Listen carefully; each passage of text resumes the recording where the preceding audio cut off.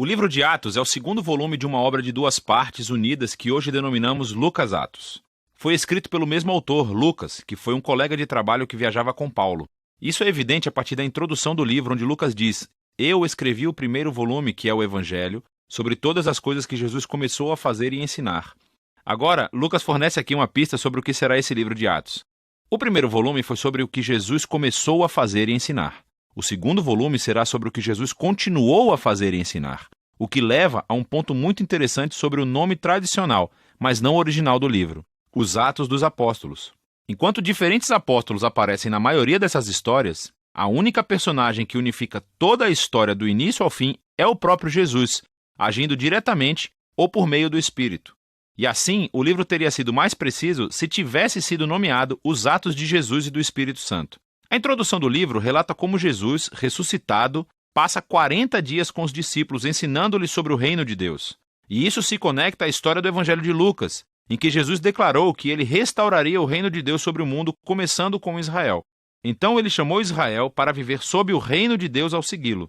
E ele foi coroado rei quando desistiu da sua vida, e depois venceu a morte com o seu amor. E assim começa o livro de Atos com o rei Jesus ressuscitado, ensinando os seus discípulos sobre a vida no seu reino. Então, ele promete que o Espírito virá em breve e eles serão imergidos na sua presença pessoal. E isso cumpre uma das principais esperanças dos profetas do Antigo Testamento, que no reino messiânico a presença de Deus, seu Espírito, viria e moraria entre o seu povo em um novo templo e transformaria os seus corações. E então Jesus diz: quando isso acontecer, o Espírito capacitará seus discípulos a serem minhas testemunhas em Jerusalém, Judeia e Samaria, até os confins da terra. A partir daqui, Jesus é levado por uma nuvem, uma imagem extraída do livro de Daniel, capítulo 7. Mostra como Jesus está sendo coroado como o Filho do Homem que foi inocentado após seu sofrimento e agora compartilha do governo de Deus sobre o mundo. E ele promete que um dia ele voltará. Os principais temas e o modelo do livro de Atos fluem diretamente a partir desse capítulo de abertura.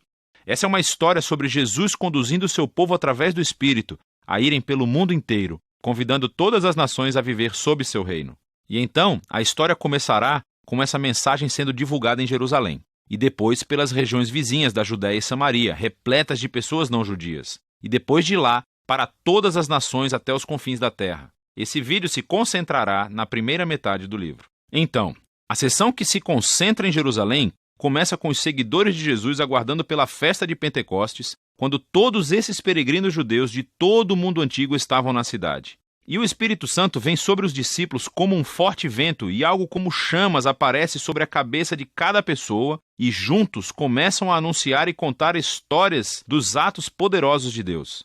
E eles começam a falar nessas línguas que não conheciam antes, mas todos os que estavam reunidos conseguiam entender tudo perfeitamente. Para compreender o que Lucas enfatiza na história, é crucial entender as origens dessas imagens no Antigo Testamento. Então, primeiro, o vento e o fogo são uma alusão direta às histórias sobre a presença ardente e gloriosa de Deus enchendo o tabernáculo e o templo. E também está relacionado com as promessas proféticas de que Deus viria e viveria no novo templo do reino messiânico por meio do seu Espírito. Aqui em Atos, a presença ardente de Deus vem habitar no meio do seu povo, não em um edifício. Lucas está dizendo que o novo templo prometido pelos profetas é a nova aliança da família de Jesus, o povo de Jesus, o que se relaciona à segunda coisa que Lucas está tentando dizer aqui. Os profetas prometeram que, quando Deus viesse habitar no seu novo templo, ele reunificaria todas as tribos de Israel sob o reino messiânico, e as boas novas do reino de Deus seriam divulgadas e anunciadas às nações. Lucas descreve em detalhes a integração de multitribos internacionais de todos os israelitas que estavam lá em Pentecostes e que responderam à mensagem de Pedro. Os apóstolos, então, continuam convidando os israelitas a reconhecer Jesus como seu Messias, e milhares responderam, formando novas comunidades de generosidade, adoração e celebração. Mas nem todo mundo estava celebrando. A partir daqui, Lucas mostra como a nova família de Jesus rapidamente enfrentou hostilidade dos líderes de Jerusalém. Com um modelo simétrico realmente muito bonito, Lucas narra um conto de 2 templos. Assim, o novo templo de Deus, a comunidade dos seguidores de Jesus, se reunia todos os dias no pátio do templo e de casa em casa. E no meio desses avisos há duas histórias sobre Pedro e os outros apóstolos que estavam curando pessoas nos pátios do templo e foram presos pelos líderes do templo, seguidas cada uma por um discurso de Pedro clamando que Jesus é o verdadeiro rei de Israel. E no centro de tudo, há essa história sobre os seguidores de Jesus doarem bens e propriedades para um fundo comum a fim de ajudar os pobres.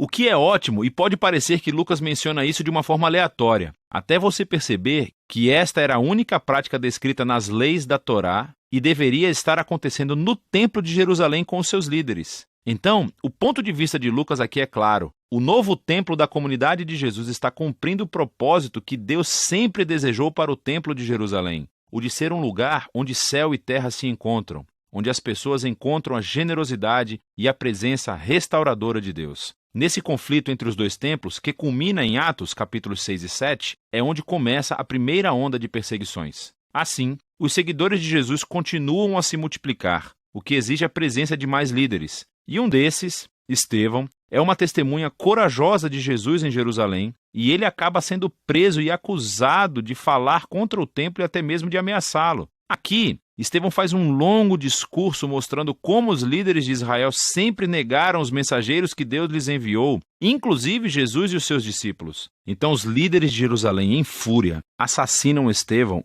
e iniciam uma onda de perseguições contra os seguidores de Jesus, o que expulsa a maioria deles da cidade. Contudo, isso tem um efeito paradoxal. Lucas mostra como essa estratégia, na verdade, se tornou um meio pelo qual o povo de Jesus agora é enviado à Judéia e Samaria. Nessa sessão, Lucas reúne um conjunto diversificado de histórias que mostram como a comunidade de Jesus, em sua maioria judaica e baseada em Jerusalém, tornou-se um movimento internacional e multiétnico. Então, primeiro vem a missão de Filipe em Samaria. É a terra dos inimigos odiados de Israel e muitos deles vêm a seguir Jesus.